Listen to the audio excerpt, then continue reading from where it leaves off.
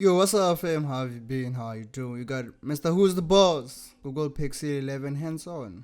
The phone crisis begin. Pixel 11, 11 Pro, 11 Pro XL, and the 11 Pro Fold. And I think this is the first time that we're really feeling the impact of the current AI memory crisis on the smartphone. Because components are getting more expensive, I can't actually remember a launch event with as few hardware improvements as this, with a couple of things even regressing. But at the same time, software has no such limitation. And so Google's cranking this lever harder than ever to try and make up for it. There were at least 3 things I'm going to show you here that I would say blew me away. But then, if it is all software, do you actually need to buy the new Pixels? So with the base Pixel 11, That's why you'll never go wrong with the Huawei, man. I'll always prefer Huawei over any phone you can think of, man. This phone doesn't give me any problems, and I think I enjoy it because I back most of my stuff. I've always used the Huawei, so all my stuff from back in the day is just backed into my Huawei account. So anytime I get my hands on a Huawei, I know I'm gonna recover my stuff. So you'll never go wrong with the Huawei, man. I can complain about the storage. I can complain about the RAM because it's fast. I can complain about anything when it comes to Huawei. for example, when you strip yeah. away all the marketing fluff, there are 4 changes to the phone itself. Wireless charging is faster. They bumped it up to the latest 25-watt standard, which is great because this is still the only mainstream Android phone with magnets to actually make the most of that. The main camera sensor is 56% larger, which is definitely not a number to be sniffed at. But just bear in mind that this is being improved from a very low base. This takes the Pixel 11 camera from very tiny to as large as the competition's. There's Google's next-gen chip inside, the Tensor G6, which when I put it side by side with the Look at that camera, man. last one, I could tell, does make the phone a little snappier at opening apps and general browsing, and it comes with a very decent 50% improvement to AI capability. And then finally, the new phone looks nicer. The camera bar is now all glass, just like it used to be right at the very beginning. But it does also now protrude around 40% less, which just about takes it to that tipping point where when you have a case on, the bump almost entirely disappears. Yeah, But that that's nice. is basically it. The quoted battery life, same as last year, where in the real world, Pixel did not measure up very well versus Samsung and Apple. Every other camera sensor, same as last year. This new chip, while it is faster in some ways, has 0 quoted improvements to graphics. So given how far behind Google already was in this department, I would not be surprised if the company's flagship phones this year start getting outperformed by mid-rangers when it comes to gaming. And while you do get twice the storage this time at 256 gigabytes, I feel like if you're into gaming, go for an Asus. You never go wrong with an Asus, man. What's it called? What's it called, man? That phone is a beast when it comes to gaming. I feel like Asus was just made mainly for gaming. The way it performs, man. you're also paying more for it, with the new phone starting at $899 up from Hold on, let me confirm the name real quick. $799. Then we've got the new Pro phones, the 11 Pro and 11 Pro XL, which are a pretty similar level of frustratingly subtle hardware improvement, but then with one additional unusual caveat on top of that. I gotta say, when the company were whittling through the press briefing for these Pros, they really made it feel like everything's better now. They were like, oh, the wireless charging is up to 29% faster. Hold on, let me do this. This is the Asus ROG Phone Pro. It's a high-end gaming phone released in November 2024. This is from 2024. Look at the RAM. Look at the RAM, man. You will never go wrong. That's why it's important to know why you're getting a phone for. You just can't get a phone just because it's a phone.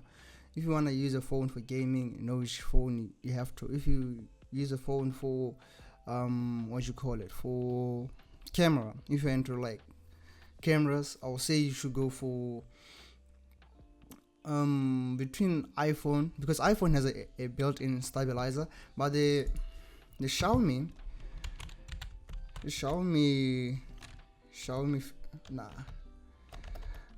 camera, I want to just show you something. Stabilizer.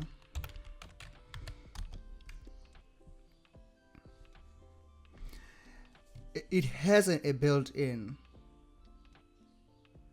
It has a built-in stabilizer.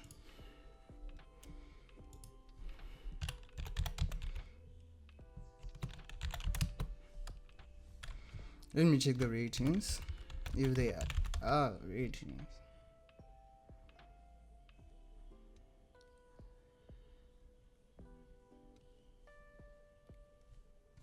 Which one is the best?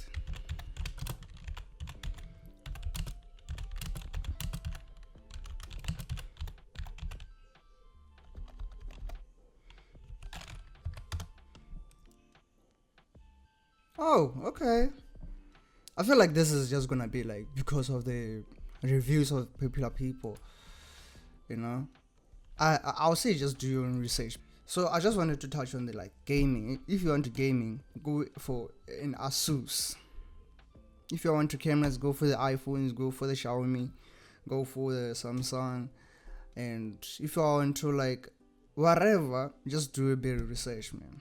But there's no phone, in my opinion, that I feel like can beat the Asus.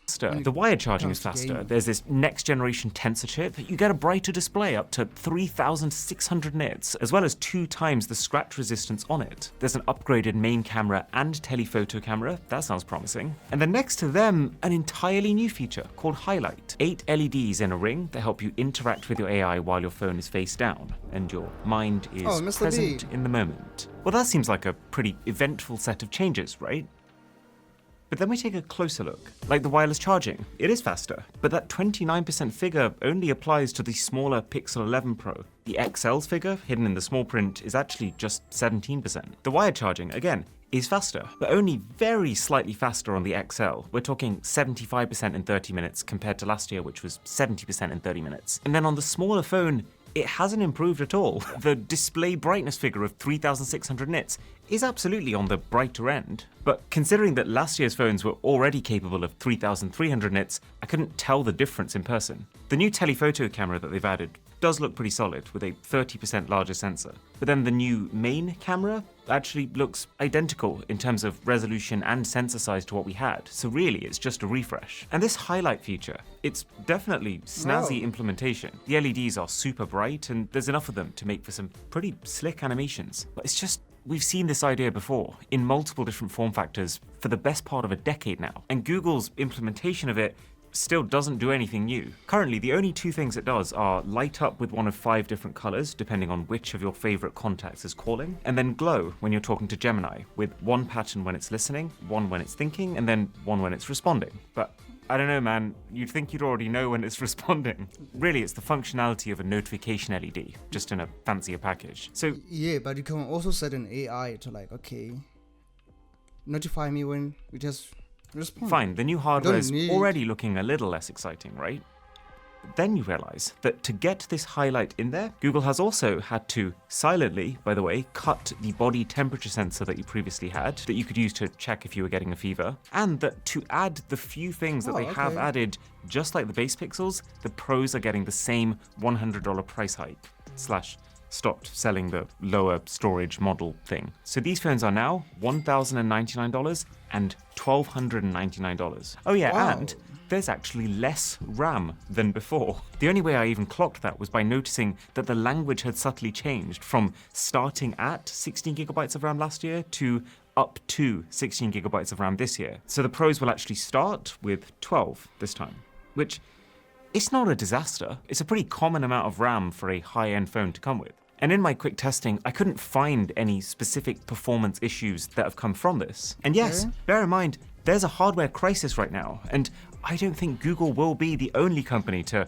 raise prices and find ways to cut back. I've got a full video all about this. I'll have to check out this one. The thing that's peeved me off here is just how much obfuscation there was in Google's press briefing, trying to make things seem like improvements when they're not really. And also how many of the important clarifications were buried in the small print or entirely glossed over. Now, just before some of the rather spectacular software highlights that they're hoping are going to make up for all this, there's one more phone, the Pixel 11 Pro Fold. which Samsung. again is fairly light on buffs. It's got that faster wireless charging and the new chip. It's got the same new camera as the base Pixel 11 with 56% more light, plus the little highlight LED from the Pro phones. The camera itself has also got a new design, but I can't lie, this is still a pretty clapped looking phone in my books. Not helped by these corners that don't at all match the radius of the body. And then brighter displays inside and out, up to the same 3600 nits that the Pros have, with both screens being tougher to scratch. There are a few extra changes that are unique to the Fold, like the thinner bezels on the front. These are great, to be honest, pretty noticeable and much needed. Plus the new guy is 1mm thinner when folded up, almost 10% lighter, with a back panel that they're saying is made of a new composite that is... Yeah, let me know. There are things that I feel like this is a Nova Y63. Is it 63? There's 73, there's other versions, newer versions. But I feel like so far the phones that I've seen, this one is better compared to a lot of phones. I'm not gonna lie. Okay, I'll do it. If y'all want me to, I'll do a full review of my phone, show y'all what it can do and things that I've noticed about it. I'll do a video on it. I don't know how I'm gonna do it, but I'll do it because this phone can add other users. You can create profiles like the Xiaomi thing, where you can like have 2 people, maybe up to 6 people using the same phone, just like changing the profiles. Like, oh no, guest, here's the thing. You see here, right here, there's owner and then there's guest pro. I just added another profile where I can just download another WhatsApp and everything like that within the phone. Different WhatsApps, because I wanted to use business WhatsApp business, and you can only install one business WhatsApp in your phone, so I had to create another guest. And then the other thing is, it has a thing where like you're using another app and then you can open other tabs. Let me show you. Hold on. This is me on Instagram. If I hold like this, it shows me other apps I can use without having to close WhatsApp, without having to close my Instagram. I can always do this. And then let's say this one is just for shortcuts. I don't think it's necessary. You just like quick access and then it opens. I just press this button right here. There's a button right here. I just press it and then boom, it pops up. Or long press and then it takes me to Instagram, because I set Instagram as my shortcut. There's a lot that I can show y'all in this phone. Nearly impossible to crack. Now that all sounds very innovative and next generation, but thinner, lighter and harder to crack are also exactly what you would expect to happen when you swap out premium glass for a material that's based on a polymer or plastic. And this might also be easier to scratch as a result. And of course, the Fold has also had the same $100 price increase as the rest of the phones. But here, without even the consolation of any extra storage, you got 256 gigs last time, you get the same amount again. You just pay more now. So here's the question then. Clearly, Google's hardware is running on fumes. But does it matter when the company's waving its magic software wand around as aggressively as they are here? Because with cameras, for example, there's actually a pretty large improvement this generation to video quality. The way these new phones are processing what you shoot, to my eyes, feels clearly sharper, with more accurate skin tones and also lower noise in darker areas. And you can feel that even on the cameras that haven't actually physically changed at all. When you're shooting night sight photos, Google's figured out how to capture the same quality shot, but now just using 1/3 of the light information on the new Pro phones. So you'll see, side by side, the Pixel 11's night shots are so quick that it almost looks like capturing regular daytime photos. And even without any improvement to optical image stabilization, Google's Video Boost. You know that feature where after you've taken a clip, it gets uploaded to the cloud and enhanced? Well, this will now further iron out stabilization issues, addressing yet more hardware problems with software solutions. So when you factor in this side of the equation, this does start to feel like a noticeable improvement on the camera front. But where my jaw truly left the chat was when I started to play around with Rambler, because this is the smartest form of dictation that I have ever experienced. I'm thinking of naming my child after a Pokemon. Can't really decide which one. Ooh, maybe Pikachu. Actually, no, let's not do Pikachu. Let's do Charmander. Maybe just Char, actually. Yeah, Char's good. Okay, forget everything I said before that. I'm naming my child Char. Wow. Oh. And then what I meant to say just pops in like that. Forgot an emoji? It'll fill that in too. I think this feature is crazy good. And because it's baked into the keyboard, you can use it in any app. And there's a whole bunch of things like it as part of Gemini Intelligence that some other Android phones will eventually get, but Google will get first, like live dubbing. So we pulled up some German YouTube video. The phone then auto-detects that the content is another language, and then after a few seconds just starts dubbing it for you.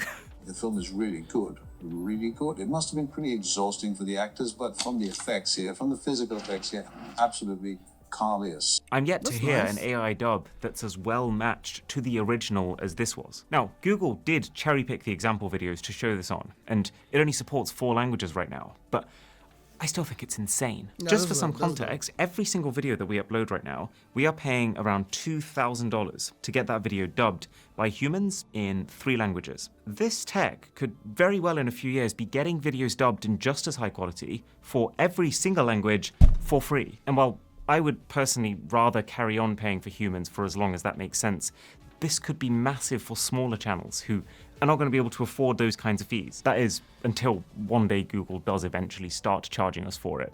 I wouldn't rule that out. Also, bear in mind that with all of these Gemini Intelligence features, they won't be available in Europe at launch, which is undeniably upsetting, but the guys seemed pretty confident that we won't be waiting long. Then there's a few final pixel nuggets that will be available at launch, regardless of Gemini Intelligence, like Magic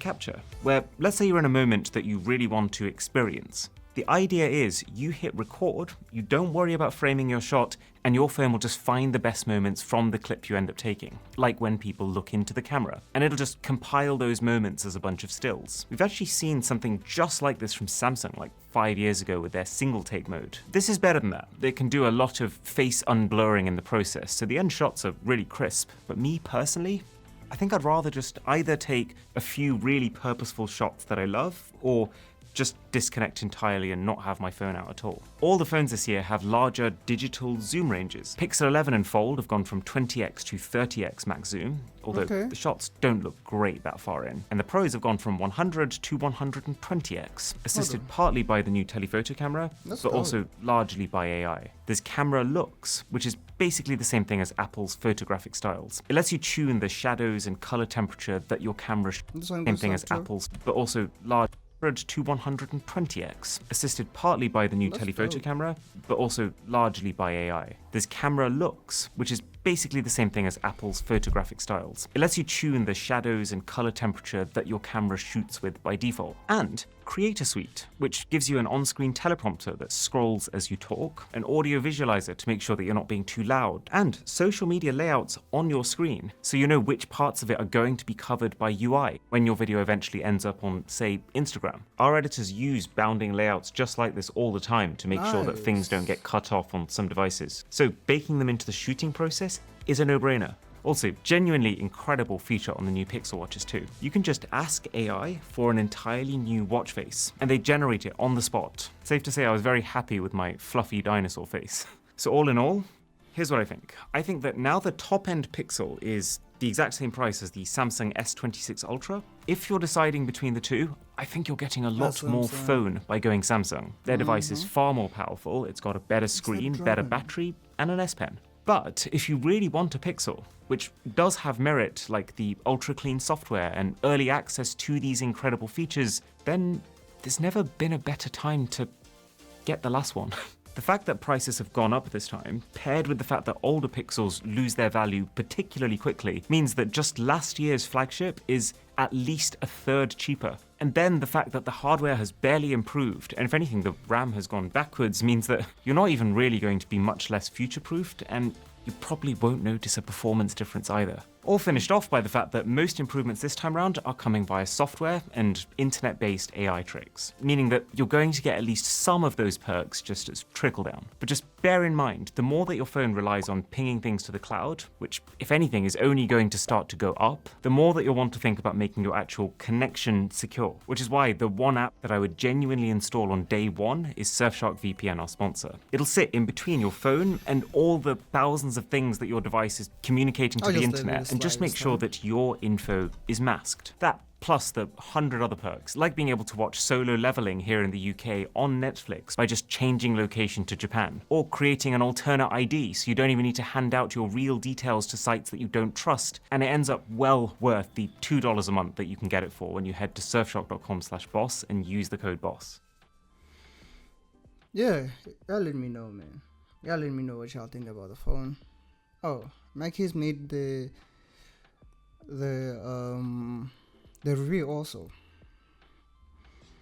Anyway, yeah, y'all let me know, man. Do y'all want me to continue the tag reactions or